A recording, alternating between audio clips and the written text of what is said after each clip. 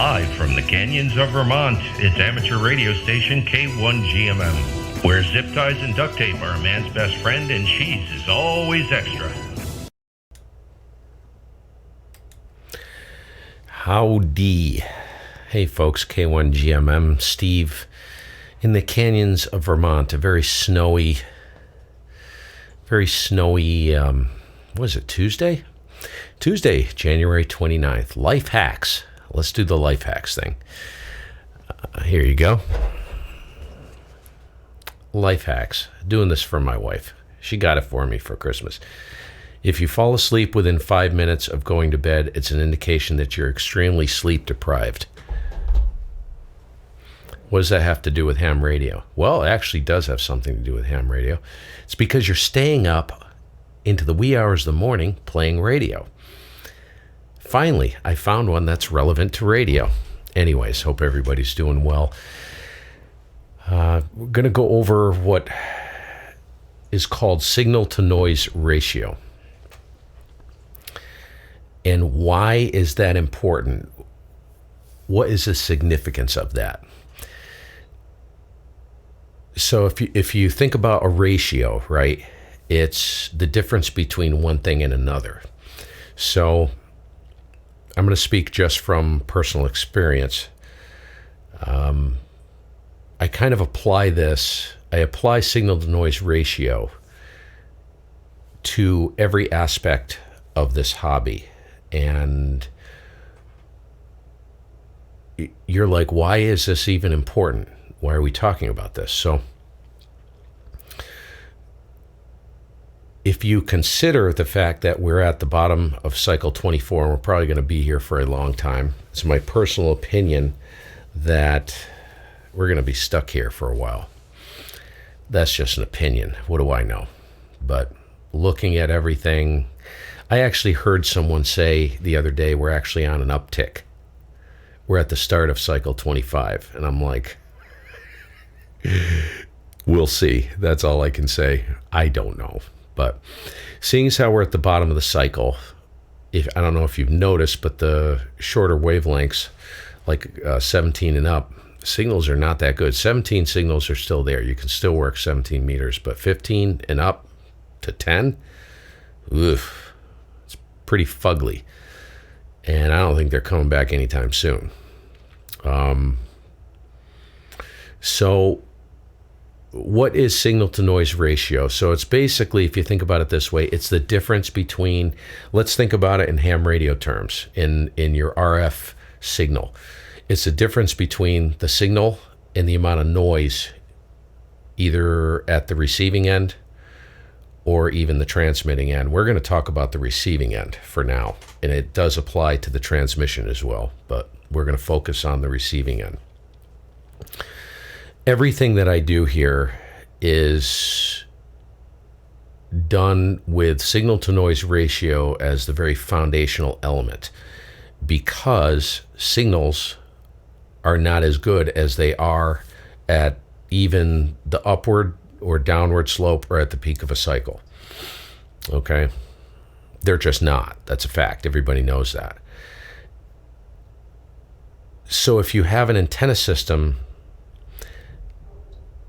that is prone to being very noisy, then you're already starting out with a compromised signal, and now you've got an added element of noise, and that makes copying a station exponentially harder, right? Common sense. So when I look at an antenna system, the noise figure on an antenna system is very important to me. Now, I live in a very quiet environment. I'm out in the country. I don't deal with a lot of noise, hardly no man-made noise, except for the idiot across the street off and on. And that's a 6-meter thing, and I think he's the one causing problems on 160 as well. But it's doable, it's workable, it's not a big deal. For those of you that live in an urban area, there's only so much you can do about that. Plasma televisions, man-made noise, oofa. Okay, so antenna systems and signal-to-noise ratio. So Why are some antennas quieter than others generally? There's a couple factors. It's the type of antenna being used. The other thing is the type of noise. In other words, the polarization of the noise. Polarization can make a huge difference. You'll hear a lot of people say, it doesn't matter whether you're vertically or horizontally polarized. Well, in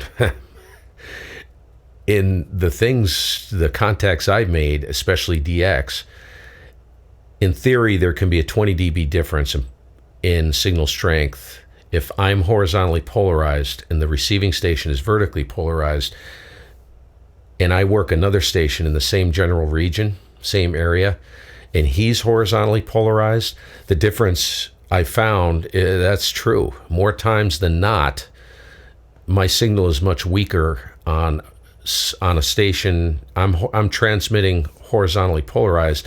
The signal is almost always substantially weaker on the vertically polarized station than even a station running a simple dipole, horizontally polarized. So you bring in the noise factor, right? Well, a lot of noise is just naturally vertically polarized. I'm not going to get into a pissing match and a debate about what antenna is better and whether an antenna works or it doesn't. That's not the point of this. Verticals are excellent antennas. The guys that are hardcore DXers run vertical antennas. So what makes one antenna quieter than the other? Well, there's so many different variables and factors in this, but I'm going to just touch on the antenna type for now. And you can go in and you can do a bunch of reading about this and research and come up with your own conclusions. But I'm going to just share my experience. I'm a big fan of loops. The loops that I run, they're delta loops, decouple from the ground much easier. Also, I run them horizontally polarized. That's less of an issue on, let's say, a delta loop, because you can run a delta loop vertically polarized, but because of the nature of the antenna, the closed loop design, it tends to be quieter to begin with. Now, I see 2 to 4 S units lower noise on the closed loop antennas, quads, delta loops, stuff like that, than I see on doublets, dipoles, and verticals. 2 to 4 S units. That's significant if you think about it. I watch the static crashing when we have static crashing. When I had the Cobra up, it's technically a doublet, and I would get like, good Lord, 20 over of static crashing on that antenna, and it would be about an S7 to S9, maybe +5 on the loops. That's pretty remarkable. That is a stark difference. So I'm going to show you something I put together. And I'm not telling you what antenna to run, because we're going to get into the complexity, the problems with running full wave loops, especially on the longer wavelengths. Sometimes it just can't be done. You can't break the law of physics. If there's not enough room to put that up, you can't put one up. But there's a couple things you can do to maybe bring your noise floor down a little bit. So let me pull this up on the screen.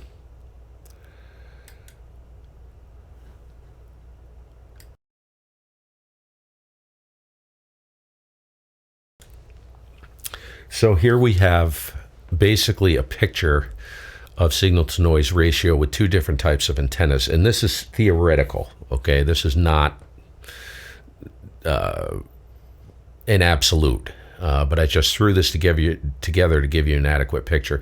Now, across the bottom here, you have the band that you're listening on, right? The black lines, vertical lines, are the signals.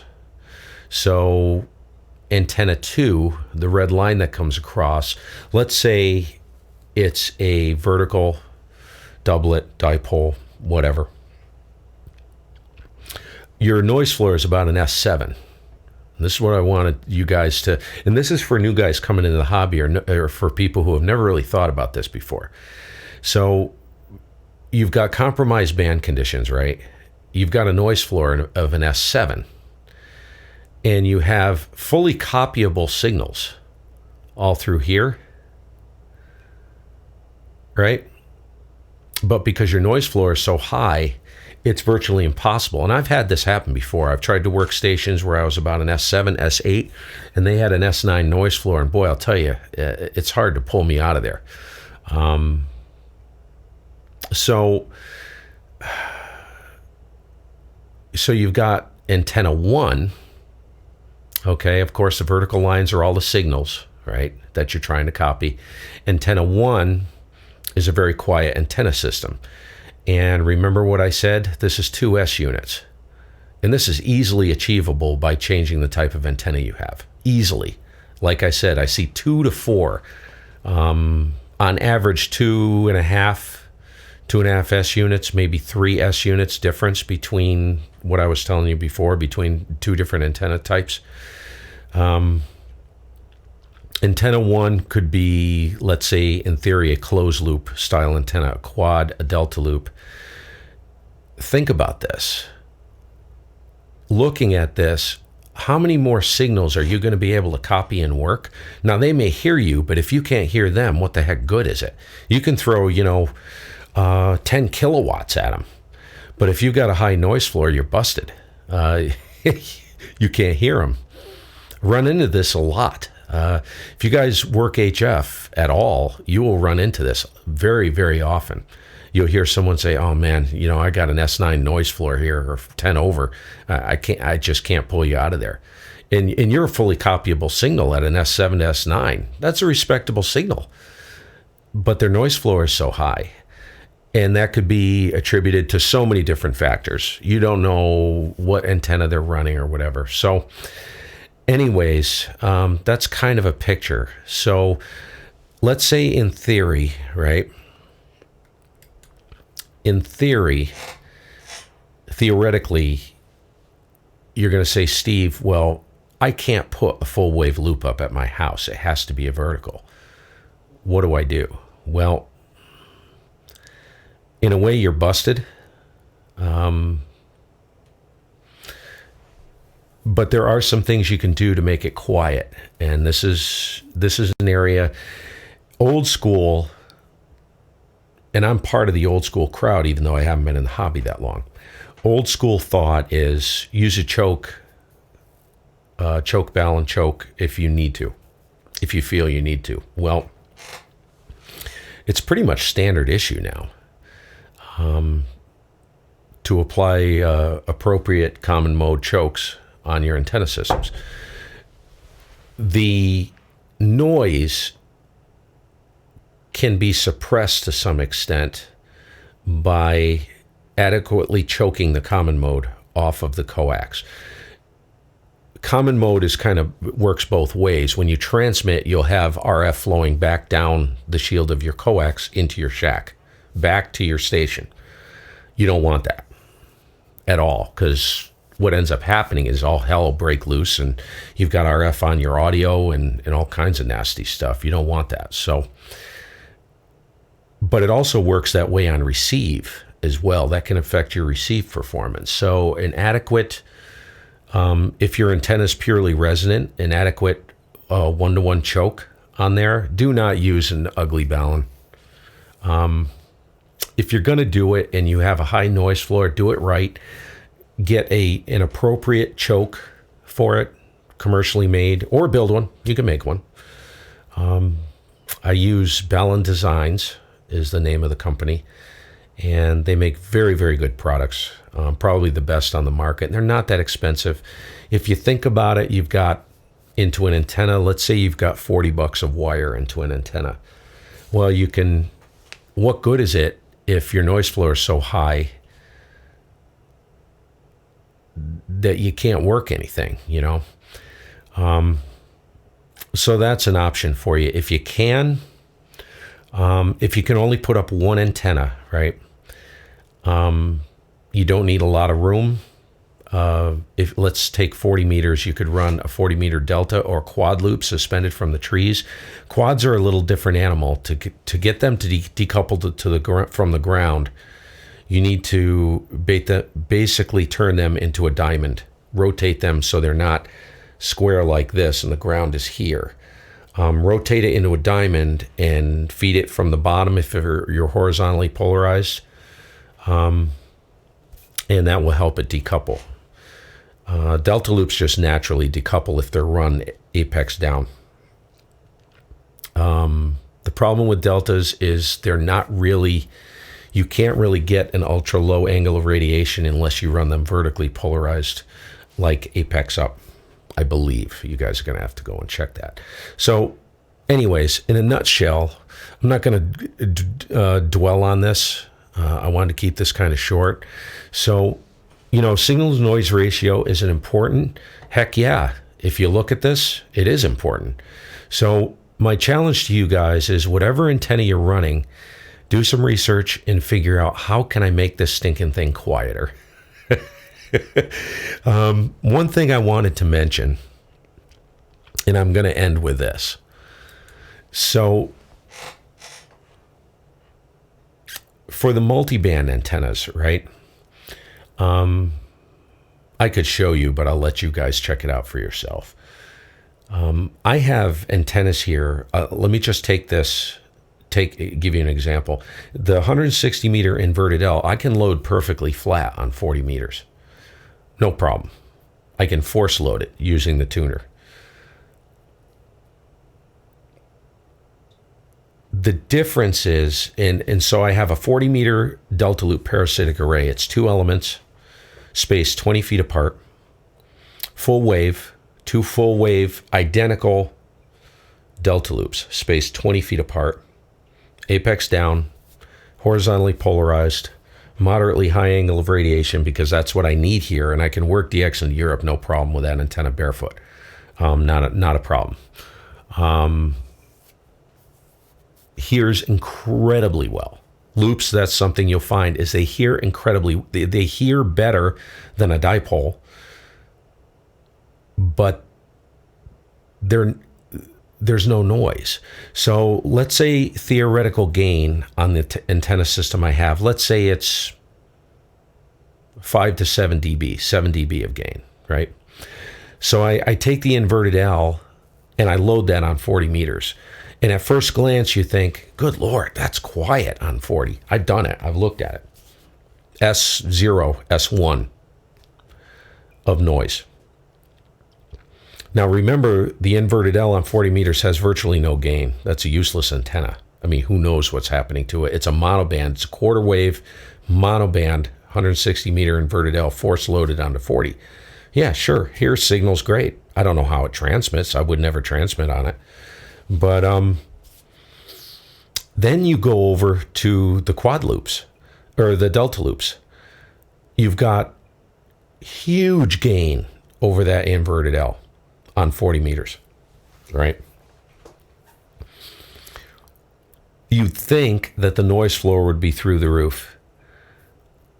It's identical, and yet the signals are like 2 to 4 S units hotter on that because it's a resonant antenna on 40 with gain, substantial gain over an inverted L on 160, force loaded to 40. I did it the other day and it was fascinating. Signals just boom, jumped right up to the top of the spectrum. Signals were there, same signals, but they were 2 to 4 S units lower on the inverted L. Noise floor exactly the same. Incredible. You'd think, because remember, beams hear as good as they transmit. So with all that gain on receive, you'd think the noise floor would come up, but no, it doesn't. So I figured I'd just throw that at you. Antenna selection, as far as signal to noise ratio, is flippin' huge. So if you have the room, start playing with low noise type antennas. The benefit to like closed loop design is they give you a little bit of gain over a dipole, but even though the gain is whatever, not even half an S unit, it's not 3 dB. 3 dB is half an S unit. So you think, well, that's insignificant, but it's really not, because if you go back to this, right, it's not, because you're getting a much lower noise floor. let's say even the gain is the same, but by dropping that noise floor, your whole world just opened up. So anyways, that is it. I just wanted to throw some ideas at you guys and try some things out. And let me know what you find out. I'm just showing you what works for me and maybe shed a little light on this whole signal noise thing. But very important, if you have the room, choose wisely what you put up for an antenna. In roaring bands at the peak of a cycle, who cares? Signals are going to be 20, 30, 40, 50, 60 over in a roaring band, right? Not now. You need every ounce of signal you can possibly get coming in and going out in the lowest possible noise floor you can muster. 7-3. We'll catch you guys later. If I don't care who subscribes, I say this all the time, but if you want to be notified of a video posted or a live stream, go ahead and subscribe. Click the little bell icon on the page there, and you'll be notified. 7-3, guys. We'll catch you all later. Thanks for watching.